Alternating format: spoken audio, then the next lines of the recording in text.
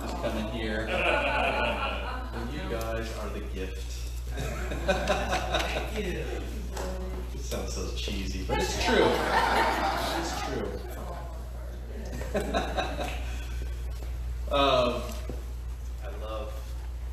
I love seeing everybody jumping in on the Facebook Live, and then this is also recorded, so the KW members can go back and rewatch it.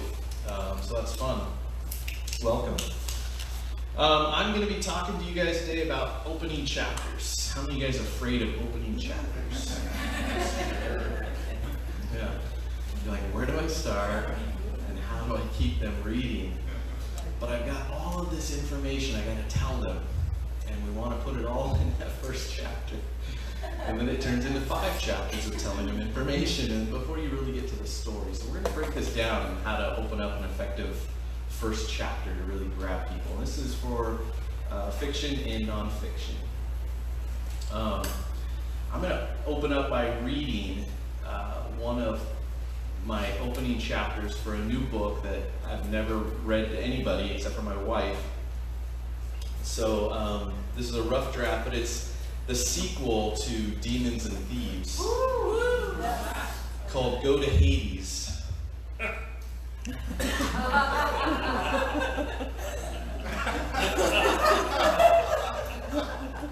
got it.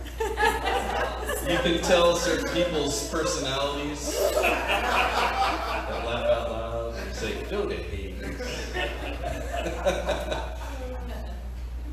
Hades is the Greek word for hell, so you say go to hell, but let's go to Hades.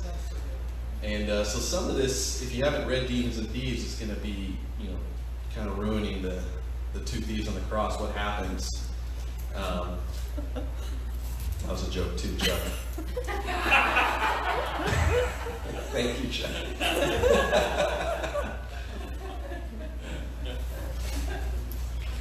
I was thinking. How many have read Demons and Thieves? All right, wow, good. How many of you have left a review on Amazon? No, don't raise your hand. I talked about that on Facebook. Just left a couple videos about the importance of reviews. So go ahead and look at those, because eventually you're going to have your book out there and you're going to need to get those reviews. So important. So this is chapter 1 called Betrayed. Just to set it up, there's 2 brothers, the 2 thieves on the cross. Dismas is the one that accepts Christ, and Gestas is the one that denies Christ. This is chapter 1, Betrayed. I didn't care about death. I didn't care about the pain in my body as I hung on the cross and felt my life force dwindling away. I didn't care about this so-called Messiah dying next to me. He was going to Hades just the same. What I cared about was my brother, who was dying to my right. Dismas and I were one, and as my breathing slowed, I watched through the sting of sweat in my eyes his transformation before me. This wretched man between us, this Jesus of Nazareth, this healer, this liar of being a king to the Jews, this charlatan, was performing his final witchcraft upon my brother. My attention was jarred away. A man, a stranger, standing at the foot of the cross before my brother yelled out his name, Dismas! I couldn't see him clearly with blood and sweat dripping in my eyes, who he was or how he knew of my brother. What was this stranger all about at our time of death? I watched him pull from his robe a small wooden figurine. I couldn't make it out what it was, or as my eyes blurred. But what was he presenting to Diz, like an offering? The man yelled, Dismas, I'm your father. Truly it is I. I found you, and I'm sorry I was too late. You deserved better. What did he just say? His father? What kind of sickness perpetuated this? It must be the witchcraft of Jesus. My rage began to boil up inside again, coming from a simmer, the bubbles trickling to the surface of my thoughts. The stranger continued, Don't speak, son, just listen. Your mother and I loved you. We never chose to give you away. Jesus saved us, and I know that he can save you as well. Believe in him, son. Slowly, he moved the figure toward Jesus.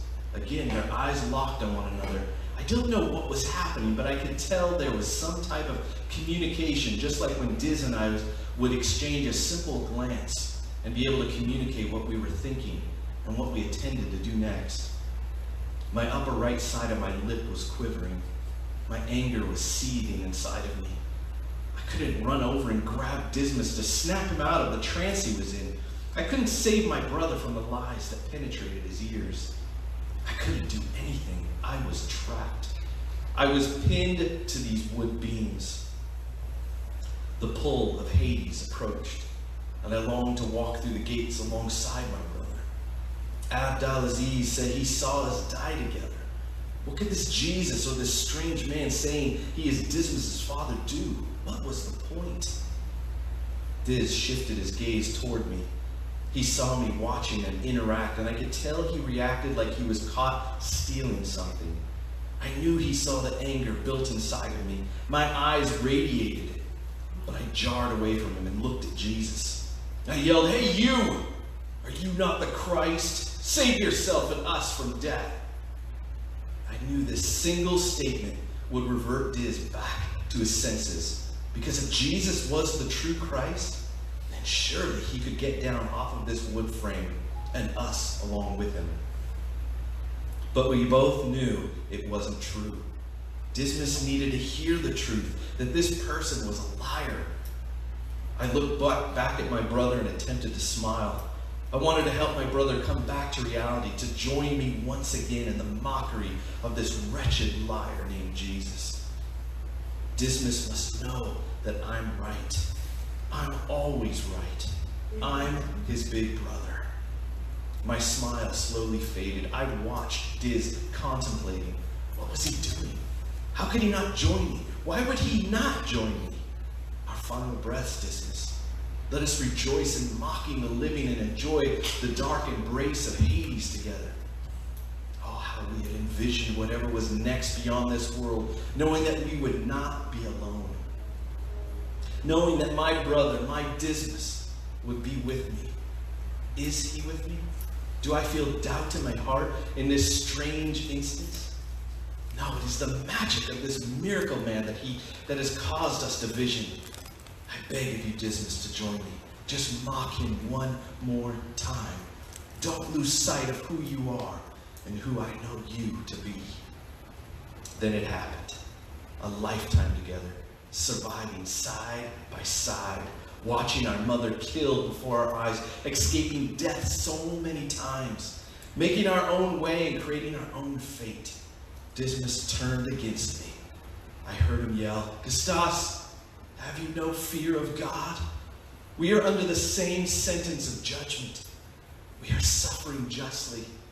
We are getting what we deserve for what we have done. But this man has done nothing wrong." I stared hard at him for a long moment, his gaze burning into me and mine into him. It was our way of battling, and this was a battle of life and death. How could a single moment while dying on a cross next to a Jew named Jesus bring such division between us after our life experiences with one another? The final dagger to my heart blared into my ears as Dismas turned away from my gaze and yelled, "Jesus, remember me when you come into your kingdom." Jesus spoke clearly and without labor. "Truly I say to you, today you will be with me in paradise." I rested my head back against the beam and closed my eyes. I had lost my brother. All had been stripped away from me. Truly there was nothing left but death. If I could find a way in whatever land I befell after this world, then I would vow to save my brother, for he doesn't know what he is doing, and I know that he will be looking for me if we are to be separated. I've been betrayed before. This man wasn't the first time. This wasn't the first time, but this one hurt the most. I didn't think it possible to feel anything more painful than nailed to a Roman dog cross, my life slowly trickling away until the betrayal of my brother. No, he didn't betray me. It was the sorcerer power of Jesus. He was the betrayer. He was the infidel. His beguilement knew no ends. Even at death's door, Jesus' treachery succumbed to my weak brother's mind. I tried to speak, but it only came out as a whisper in my final breath. You will pay for this, Jesus of Nazareth. I will find a way. You can't have my brother. Then I slipped into the forever darkness.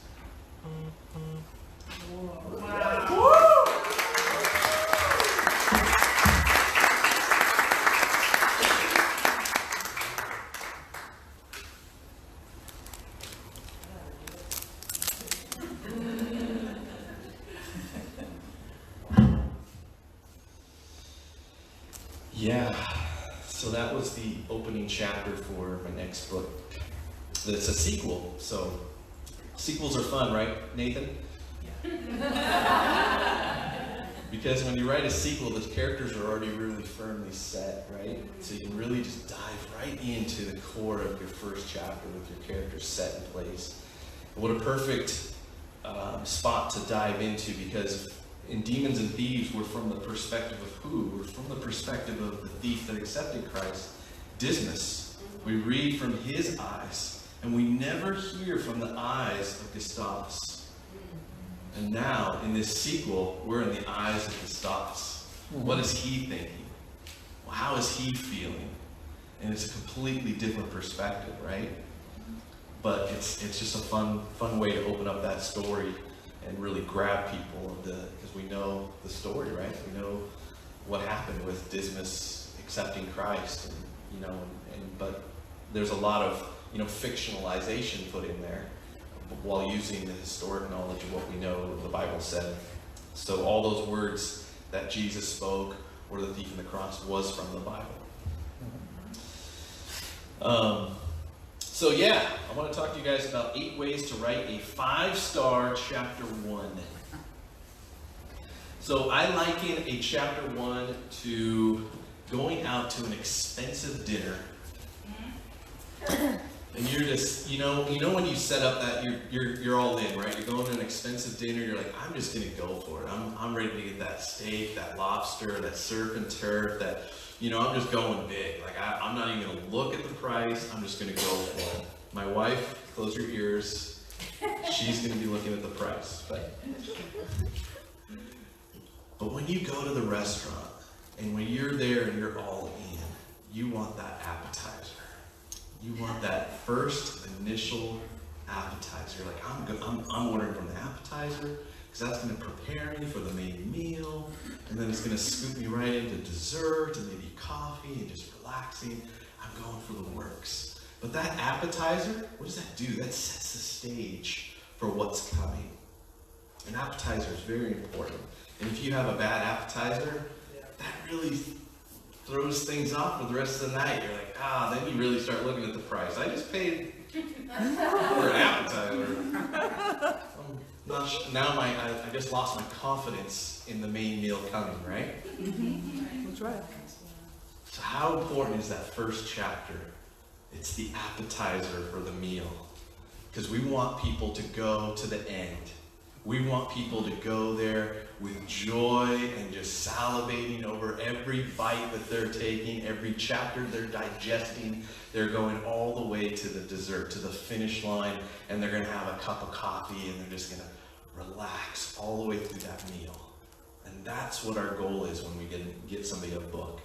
We want them with that opening chapter as their appetizer, and launch them all the way through where they have no choice to turn away. No, they're not going to leave. They're not going to take home leftovers.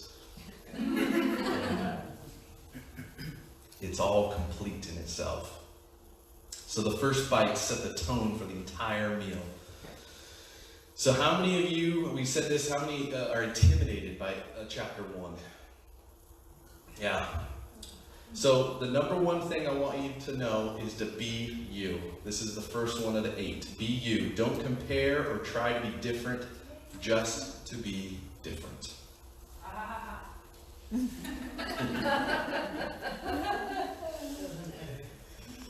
Agents and editors like to make you quiver and sweat as you approach chapter 1.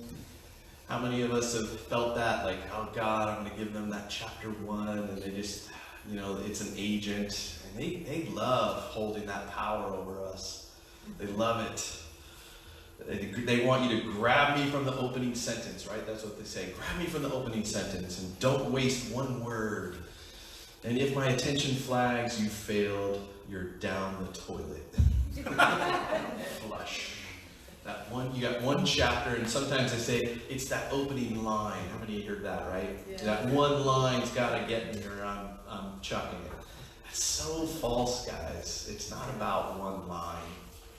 I thought it was, and you work so hard to get that one line, and then you got nothing else. Right? I've read several books where I'm like, the opening line's amazing, but the rest of the book, nothing was there. They spent all their time in the opening line. Like the one big song. Yeah, and then we've progressed to people have put everything into that first chapter. Yeah. And then they lose me for the rest of the book. Yeah. Because they just put everything into it. And I just want you to be you and be confident in who you are and what your assignment is, guys. Do not be intimidated by the outside influences or the outside screaming or all of the stuff that people are putting online when you research how is an effective, opening chapter. You're going to hear a lot of chatter out there, but I'm just saying, be confident, know who you are, and go for it. All right? I want you to be honest, original, and brave. And I want you to smile as you tackle that chapter 1 and let it rip. Okay, we're not looking for perfect writing, and nor are they looking for careful writing. Just honest, original, and brave writing. And then remember who you are and why you're writing this book. It's so important. Why are you writing this book? What is your book about? What purpose will it serve for those that are reading your book? I want you to think about those questions, write them down, and answer those questions for yourself, because you want to know, what is the point of my book? What is the purpose of that? I struggled with my first book, Lord with Truth, for 20 years because I was asking myself that question. What is the point of this book?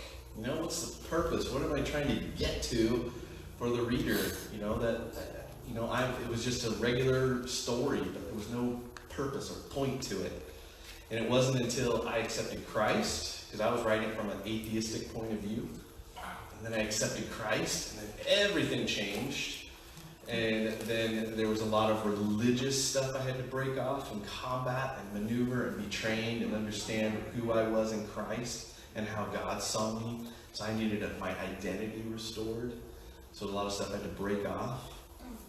And once I know who I was and how God looked at me, and I chose to choose His point of view instead of mine, because His point of view is so much better than mine, right? His point of view of you is the best point of view. So always look at who you are through His eyes. He loves them. He loves us. He loves us unconditionally. So be you and do what the Lord has called you to do. Just write. Outline, don't outline. It doesn't matter as long as you are listening to Him, guys. A lot of times I've preached up here that, you need to outline. Well, the Lord took me through a book where He wouldn't let me outline. Yeah. And He really proves His point when I'm like, okay, you're telling me I shouldn't have said that. Remember that line, son, with me all things are possible? Yeah. I just thought it wasn't in that part. So be you, guys. Be you, fully alive, and enjoy the process. Number 2. Decide on the tense and the point of view. I love all this laughter. I love it because it's just really hitting home. Really sink in on that point of view, guys. The point of view. Guys, how many of you struggle with point of view? It is. And even when you start writing, you might not think it's a struggle right now, but it will. Yeah. And I'm not declaring that over you, but it's just something that we all struggle with when we write. Like, I'm going in and out of point of views, the tense is all wrong, all that kind of stuff. Jill, you know what? I'm just going to keep writing. And you're going to say, stop using this weird tenses that you're doing. I'm too tense. Did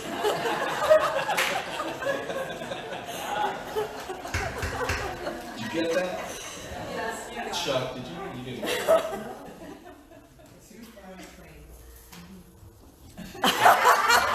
Got nothing. I got nothing. Most readers are totally unconscious of tense and POV, although all they care about is the story, however. Is it worth reading? Is it fun to read? But you must consider your tense and POV carefully. So here's an example. First person point of view would be, I chased the pizza wagon. Third person, limited, would be, Bray chased the pizza wagon. And then there's the omniscient point of view, guys. Bray chased the pizza wagon while the villagers watched and wondered, would all the pizza in the world be enough for this guy? The answer is no.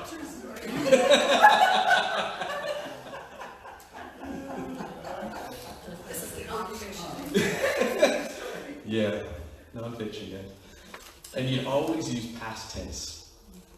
But today, novels mix point of view and even the tenses. So my Orb of Truth series is an omniscient, and then I swing back and forth with points of view from the characters, some different characters. So you just kind of bounce into the bad guy's point of view, what they're looking at with the heroes from their angle. But then you just go back to the omniscient. So it's okay to go back and forth and we just tell your story. Sometimes we get so caught up in, oh my God, I gotta tell the point of view, that you can just, it affects your storytelling. You know what I mean? Like, you just want to tell your story. And to be honest, when you're first writing your first draft, just write. Don't even think about tenses or POV, just write. Because then you get caught up and that just gives you a hiccup and you can get stuck. All of that stuff's going to get cleaned up through your rewrites and through other people's point of views reading your work. They're going to say, oh, you're going out of the point of view is mixing me up. I don't know which character's speaking or talking or which angle I'm looking at. Just go with whatever feels right to you, simple or not. And then you can try a couple techniques. You can go to your bookshelf and take a survey of some of your favorite novels. Just go to your favorite books that you've read and look at, check out, flip through their point of views and what they're doing. Again, you can also go to Google, look at examples of POVs. Demons and Thieves, when I wrote that, it was omniscient in the opening scenes. You guys, the first 4 chapters are really taking that picture of how the demons got formed, Legion, in those first 4 chapters. So it was that back looking, that omniscient view. And then what happens, I switched it when I went into Dismas, I went into first person, went into his eyes and from his standpoint. And then I altered POVs depending on the main character that we had that chapter, right? So it was an interesting process that the Lord took me through even with the POVs, because I was going to do it omniscient all the way through, but I felt it, I really wanted to get into the character of the thief on the cross and the demon Legion. And the only way to do that is really get in their head. And I needed to be right there without getting any outside influence. Because when you do omniscient, everyone's thinking different things. And so we just didn't know what other people were thinking. We just only knew what Dismas was thinking. And I took everybody down his path, his decision making, his process, his thoughts. And it really drew people in. It drew me in. I was really fascinated with just telling the story. Number 3. Choose a natural starting point. If you're unsure of where to begin, just pick a scene you know you're going to put in, and you don't know where it is going to go yet, and start writing it. Just pick something and go. You can always go backwards. You can always reformulate chapters. You can start someplace and realize, oh, that's a chapter that I can put later, and I'm going to move, this first and make it a different first chapter. But it's a good informational chapter. You might discover your chapter 1 right there when you start going right into what you're thinking about. That can be, you're discovering it. Star Wars, how many, the movie, the book opens up with a space battle scene with a small ship against a Star Destroyer. Just draws us right in without telling us any backstory. We don't know what's going on. We don't know the good guys and the bad guys. There's a lot of assumptions. We always root for the underdogs. We thought the small ship's the good and the big ship's the bad, right? Morpheus believes Neo is the one. So we had that opening scene. We're really driving us into there's something, there's a prophecy that's being fulfilled. A horror movie, The Thing, by John Carpenter. They open up the scene. How many have seen that? Probably not many. Well, they open up a scene with them trying to shoot a dog in a helicopter out in the white snow of Antarctica. So the opening scene is, why are they shooting this dog? Well, later you would want to shoot the dog too, once you found out it was the thing. It was just pretending. How about The Adventures of Huckleberry Finn by Mark Twain? This is what he says in his first chapter. You don't know about me without you have read a book by the name of The Adventures of Tom Sawyer. But that ain't no matter.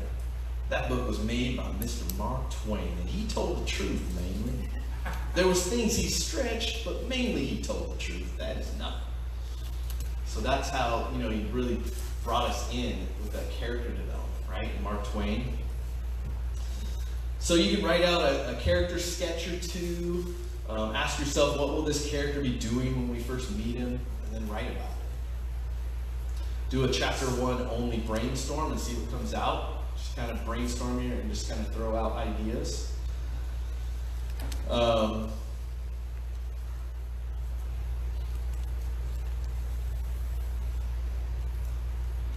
And then you can just flip a coin if you figure out a couple things. Just flip a coin.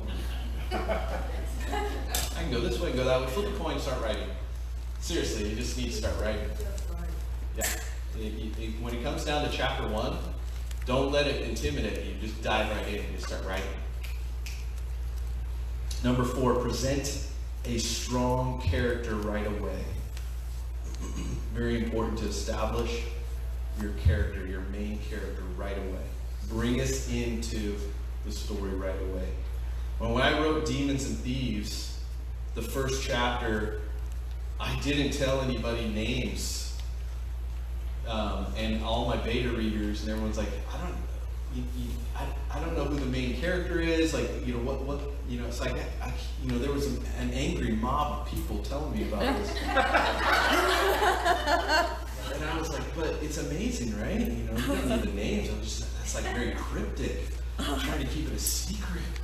And then I'll, lay it out later. No, I need to know who these people are, else I don't even care. Right? They're like, they could die, and I don't have a name, I have nothing to associate with, no anchor point with them. So I heard, and I listened, and it's very important, guys, that we really set the stage with our main characters right away. And we try to lure people readers into our story by holding back the main character and trying to think we're trying to do a build-up, and it doesn't work. We'll throw in a couple little tiny characters before we introduce the main character, and it can add confusion because people are thinking, oh, that's the main character, and that's the main character, and they're trying to figure it out. And people just don't want to figure stuff out right away. They're just like, let's just dive right in, right? When you read a book, isn't that true? Like, don't complicate this for me. Just tell me who you are, and let's move on. Let's get to the drama. Let's get to it. So establish your character's situations. What do they know at the beginning? What will they learn going forward? What does their world mean to them?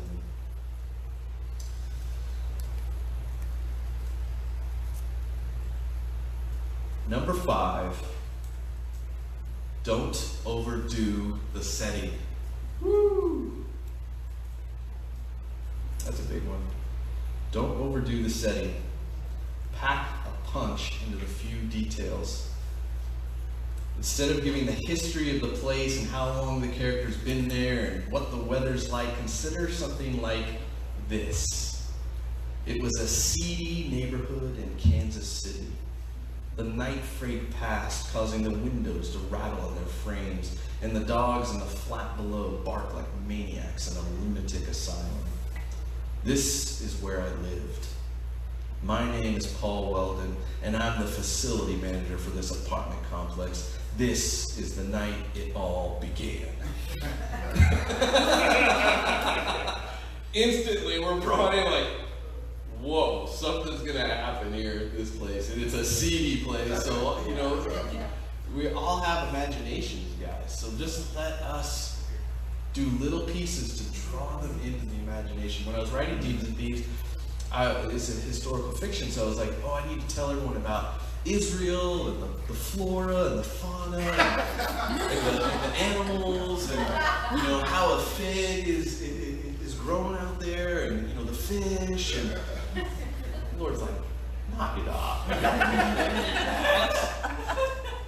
Been telling that for, you know, thousands of years. Everyone's got it ingrained in their brain. They know what's happening. Just set up the scene simple. Bam, you're there. I mean, you can pretty much say Israel, and people already have, your mind starts sparking pictures, images, everything you've known and seen and read about in God's Word starts coming to life.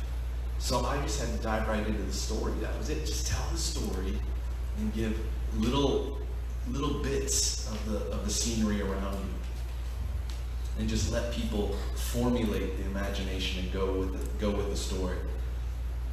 You want to be drawn in.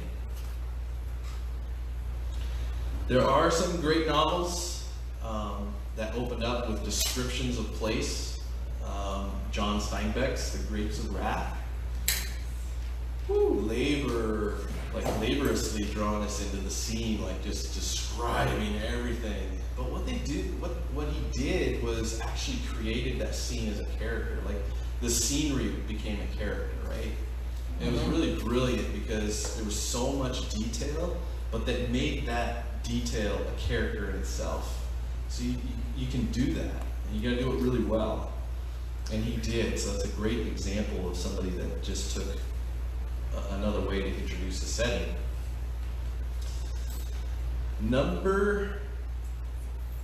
Are these resonating with you guys? Yes. Yeah. This is going to be helpful, I'm telling you guys. Number 6, use carefully chosen detail to create immediacy. Use carefully chosen detail to create immediacy. Your chapter 1 must move along smartly, but in being economical, you cannot become vague. So it's all in the context, guys. The genius of books lies in the author's generosity with good, authentic detail. If you're an expert on something, go ahead and show that you know what you're talking about. And if the details serve the story, you can hardly have too much of it. So use carefully chosen details. Sometimes we know a lot. At the same time, you can be an expert at something and you want to show how much of an expert you are, and you just put too much out there. The balance is holding back and letting the reader understand that, oh, this person knows what they're talking about. And they know they can go further into this, but they're holding back. That's true mastery of your wordsmithing. Number 7, give it a mini plot. Give your chapter a mini plot. And I'd say this, each chapter should be like a short story or a short revelatory nugget that you're building upon, one on top of another. So when you're writing nonfiction, you want to build that as like a really strong chapter on its own that leaves you wanting more. And that more comes into your second chapter, and that more comes into your third chapter, and that more, it just keeps building. But at the same time, it's its own meal. Every chapter should have its own plot. None more important than chapter 1. Use what you know about storytelling to make trouble. I side with writing gurus who advise you to put in a lot of conflict early. Pick your trouble and make it big. If it can't be big at first, make it ominous. So really bring us in, if you're writing nonfiction, bring us into the main crux of this message of your book. Really draw us into what's happening and the focus point for what your message is, leading us all the way through. It doesn't have to be, the end of the book, but you're building. Be strong with your first chapter to build to where your messaging is. Have your message very clear and concise. And then with fiction writers, amen to being a short story. Like really get us to that end closing point. Like this, that chapter I ended it with, then I slipped into the forever darkness. But we know this is chapter 1, we got a whole book. Where is he going? Oh my God, is he going to take us down into Hades? Well, the book title says go to Hades, so we're going to go there. And so that book, that chapter ended on its own, but it also led me into really forcing you to read the next chapter and not turn off your light and go to bed. I want hate mail in the morning saying, you kept me up all night. I hate you, and I love you. When's the next book come out? I want those emails. We want those emails, guys. Has anyone ever sent hate email to an author because you couldn't put that book down? Do it. Send them an email. They love it. So much fun. Those, authors get those emails, and like you just go to their contact page on the website. You jerk. Started out like that, and they're gonna go, oh, this is awesome, They love it. Be decisive, focus on your action, and don't telegraph too much. Let action develop through the chapter. Number 8, be bold. Exactly what Jill was talking about with Rocky. Be bold. And I'll say this, write dangerously. One of my beta readers when I was doing Demons and Thieves wrote in there, you write dangerously. And I received that from a word from the Lord just saying, wow, God, thank you.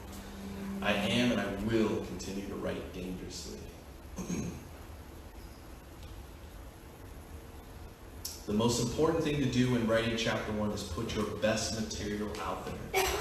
Do not humbly introduce your story. Present it with a flourish. Don't hold back.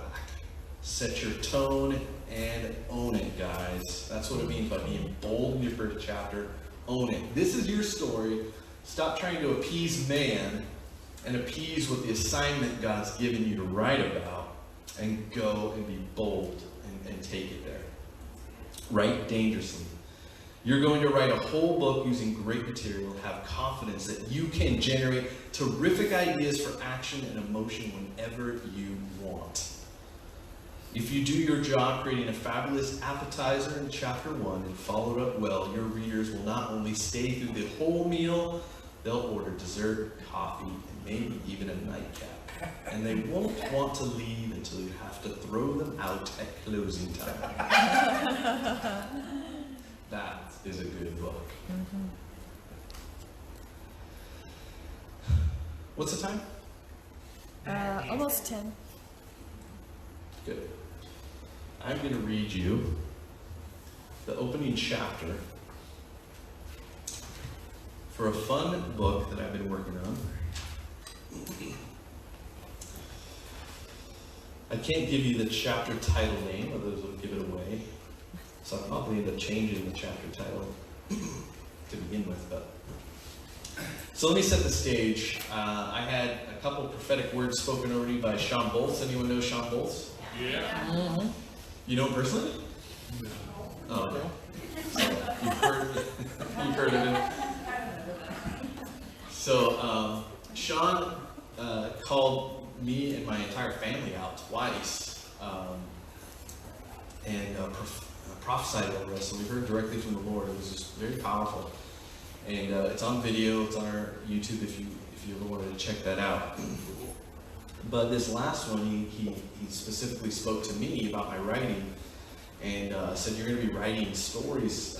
These stories you're going to be telling is going to be something that's going to go on like Amazon Prime or Hulu or Netflix, and it's going to be very Tolkien-esque. I mean, so he went into like, he didn't know anything about me. He's saying these amazing words, and I'm like, wow. And he's like,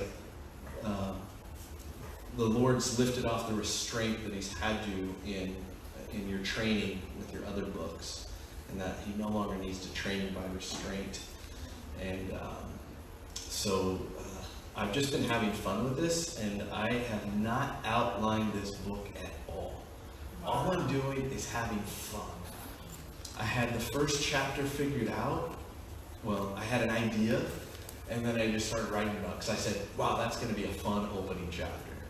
And I didn't know what was going to happen in the next chapter, and I still don't even know what's going to happen in the following chapters, and I'm up to like chapter 8 or 9 or something like that. And I'm reading it to my kids and my wife, and they're telling me like, can you wait until you have like 5 chapters to come back, because we hate hearing only one chapter because we want to hear the next chapter. So I'm like, that's a good sign.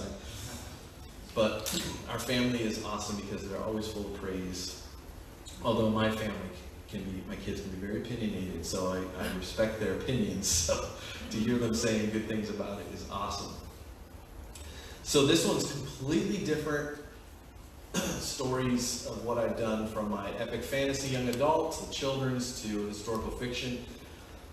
So I'm actually mashing 2 things up: real world crossover with fantasy, and bridging those 2 areas. So I'll give you a little hint. So this is chapter 1 of the new book I'm working on called The Realm Maker. I can't tell you exactly how it occurred or why it occurred, but I can tell you that it did occur. It was just another Sunday morning service, May 22nd, 2005, at Rock Springs Church in Carlsbad, California. I remember it clearly. We were singing the worship song, "Here I Am to Worship." A full band with electric guitar, drums, bass, keyboard, backup vocals, the works. There were about 100 people in the congregation. I was in the front row to the left of the stage. My eyes were closed. I was engaged with the words, with my God. My hands were raised in total abandonment. I can still hear the lyrics of the song as if it were happening right now, all over again. Light of the world, you step down into darkness. Open my eyes, let me see beauty that made this heart adore you. Hope of a life spent with you. Here I am to worship. Here I am to bow down. Here I am to say that you're my God. I remember my mind zeroing in on the words. Opened my eyes, let me see. I asked myself in that moment, or perhaps my soul asked God through a silent prayer, I can't say which, Paul, are your eyes really opened? I mean, don't get me wrong, I see the power and love of God in my life, being once an atheist and now being a raging evangelist. I even attempted to lead my dog to the Lord after giving Willow a proper gospel message. But this single question went to a whole new level than I had ever experienced before. Were my eyes truly opened? This question burrowed deep within my subconscious, where nothing else mattered but the longing for the answer. You know what I'm talking about, right? It is that spot in worship where you're so deep in thought that the music and the people around seem to fade away. At first, I felt a tingling sensation in the tips of my fingers, like they fell asleep and the nerves were coming alive again. Then my heart started to flutter. It bounced around inside of my chest like a pinball. Tears streaked down my cheeks and into my beard, although I wasn't sad about anything. I remember the cool, wet track seared my skin as if I was in -20 degrees in Wisconsin. Suddenly, I smelled strong vegetation, like I was standing amongst the mist-filled forest in the local Idlewild Mountains on an early morning jog. At this point, these sensations, as they built one on top of the other, caused a rising panic within me. My eyes flared open as my hand clutched my chest, grabbing hold of my shirt. I gasped for air as if I was suffocating. The music of the congregation suddenly melted away like a dream and was suddenly and immediately replaced by loud drums. Boom, boom, boom, boom. I saw stretched animal skin topped over worn ancient wood barrels. My eyes darted to and fro. I couldn't get my bearings straight. I had once heard of people being caught up into a vision during a church service, but this was insane. This must be one of those types of trances, right? But it seemed so real. I didn't just see things, but I could also smell and taste the pungent air. I was in some type of supernatural smell-o-vision or something. The people, or better yet, creatures, were all around me. They stood 4 feet tall with semi-pointy ears poking through greasy hair laced with twigs wrapped with strands like barrettes. But it was their deep, solid, black and large pupils that were the creepiest. It was like I just walked onto a horror movie set. Leather cloth covered their private parts. I saw no females. Several of them were bashing batons in unison on the drums. Suddenly, they came to an uncomfortable stop as all eyes gazed upon me with surprise and glints of anger. A single man, gaunt and elderly, stood and pointed at me from atop a wooden stage, backdropped by an eerie forest. He was painted in white from head to toe with black streaks over his face and down his arms in tribal patterns. Fire pits on either side roared 10 feet high, and I could feel the heat radiating off of them. His voice was high-pitched with clacks and whistles that clearly formulated a language I had never heard before. In any language, though, there is a universal understanding of anger, and this guy was clearly angry. The pointy finger, body stance, and contorted face said it all for me. I was in trouble. But this was just a vision, right? This is where you start asking God, what are you trying to tell me, right? I, however, wasn't having any of those thoughts. Instead, my instincts told me to run. But I was frozen in the trance of this incredibly surreal encounter. I couldn't move. A dozen of the creature-like men scrabbled to grab bows and arrows. They notched their weapons and pointed directly at me. My hands instinctively went up, palms out. Wait, what are they doing? I thought to myself. Are they going to shoot me? What did I do? Don't worry, Paul. This isn't real. It's just an eternal divine imagery that means something in the natural. The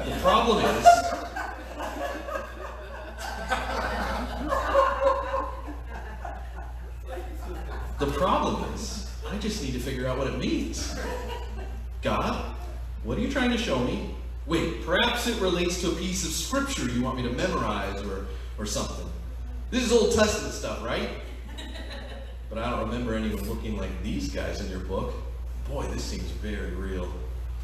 These beings were like something out of Lord of the Rings, a mixture of hobbit and goblin combined. Then it happened. Everything went into slow motion. I saw the diminutive race of creatures look at me with intense hatred on their faces, growls and snarls revealing tiny, sharp teeth. I heard the twangs and snaps and watched the powder explode off their bowlines as the arrows soared towards me.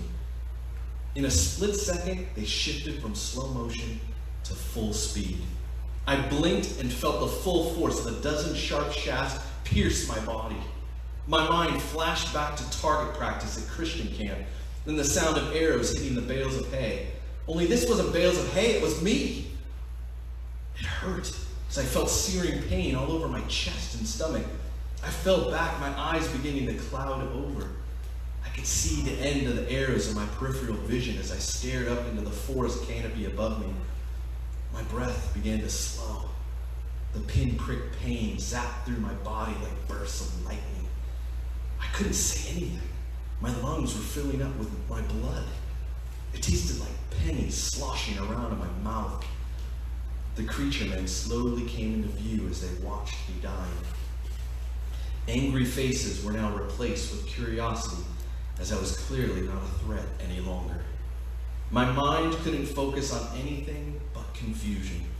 Flashes of memories pierced my thoughts. Once I lived, had a future, had hopes and dreams, and now I was nothing but a pincushion in a bad knockoff reality of J.R.R. Tolkien's mind. A mist began to come into view and then covered my entire vision, blocking out the faces of the creature men. I felt the coolness of the grayish cloud and then heard what sounded like a door underneath me opening up like a scene out of Star Trek. Suddenly, I began to fall. The earth had opened up. Roots of trees exposed around me was all I could see as I plummeted downward. A strong smell of newly dug ground enveloped me. My stomach churned and I felt as stiff as a board, unable to move. The shafts of the arrows rotted away and dust particles dispersed in all directions. Then I was consumed by darkness. As if no time elapsed, I was suddenly back at church, my arms raised in praise, the congregation captivated in holy worship, their voices low, eyes closed, a reverent moment. My eyes were wide as my hands quickly grabbed my shirt, stretched it out to inspect it, and saw in horror the tiny holes left behind from the arrows that struck me. I screamed out the only thing that came to my mind as the pain of the arrows faded away and the taste of my blood subsided. Holy bleep!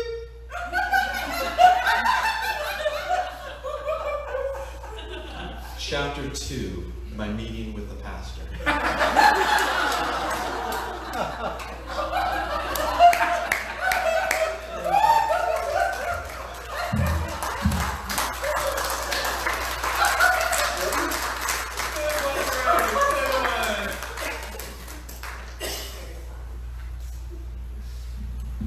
So last time we talked about swear words, and you can appropriately place those swear words to get a really effective message across.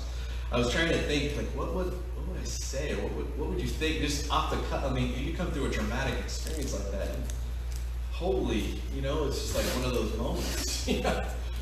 And so this is going to be one of those books where we're going to take you through Paul Weldon's life. That's going to be very similar to my own life.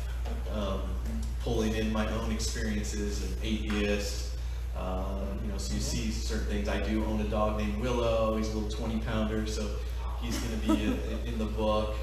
And some of my past friends we play Dungeons and Dragons. So we're just kind of coming into all these different things, and this encounter is something supernatural that happens, and he's trying to figure out what happened and why.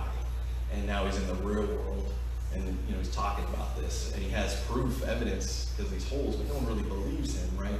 So the next chapter is a meeting with the pastor, and we go through that and explore those type of dialogue back and forth. So it's a really fun book, and I love bringing in his character's mindset is bringing in old movies.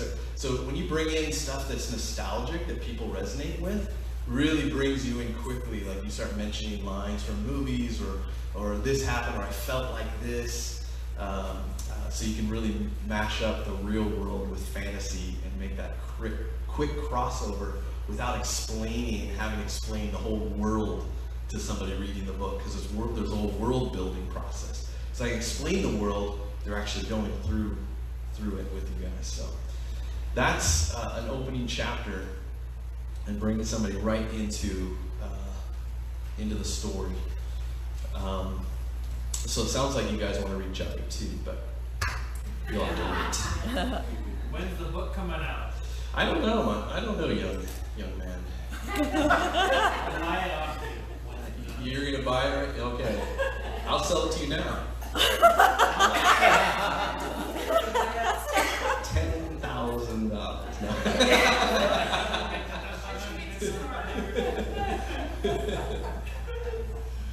So guys, I want to have you guys do a writing prompt. Yeah. That's right. And this is what I call a first chapter writing prompt. Now you can do this nonfiction or fiction. Makes no difference. Whenever we're writing, we want to make it engaging for our reader. We want to engage them. We're not interested in boring them. We want to engage, get them to your message, your point, and what's it all about. And it's okay to write books to entertain people. I want to let you guys know that. Sometimes you just need to tell a good story. And through your storytelling, your faith will bleed out. The Holy Spirit will bleed out in your words and your stories. And it's okay to entertain people. I love entertaining people with my stories, and then there's also a message in there. It's okay to do that. I want to give you guys know you have permission to entertain. Because everything that we do for Him, not for us. And so I believe the Lord loves to be entertained, and He's entertained by our storytelling and our free will to tell amazing stories on behalf of Him and representing the kingdom well. Did I tell you guys another story that I'm going to be working on called The Embalmer? No. Oh, it's going to be this great horror one. Yay! So again, this guy is an embalmer. I'll give you a little segue. He's an embalmer, and he was an atheist, and then he becomes a Christian, radically changed, right? And then he's reading scriptures, a new believer, and he's like, raise people from the dead. And he's like, wait, he looks around at his workshop, he's got nothing but dead people around. So he starts practicing raising people from the dead. Nobody gets raised from the dead. Doesn't work. He gets really like, this is lame. It doesn't work.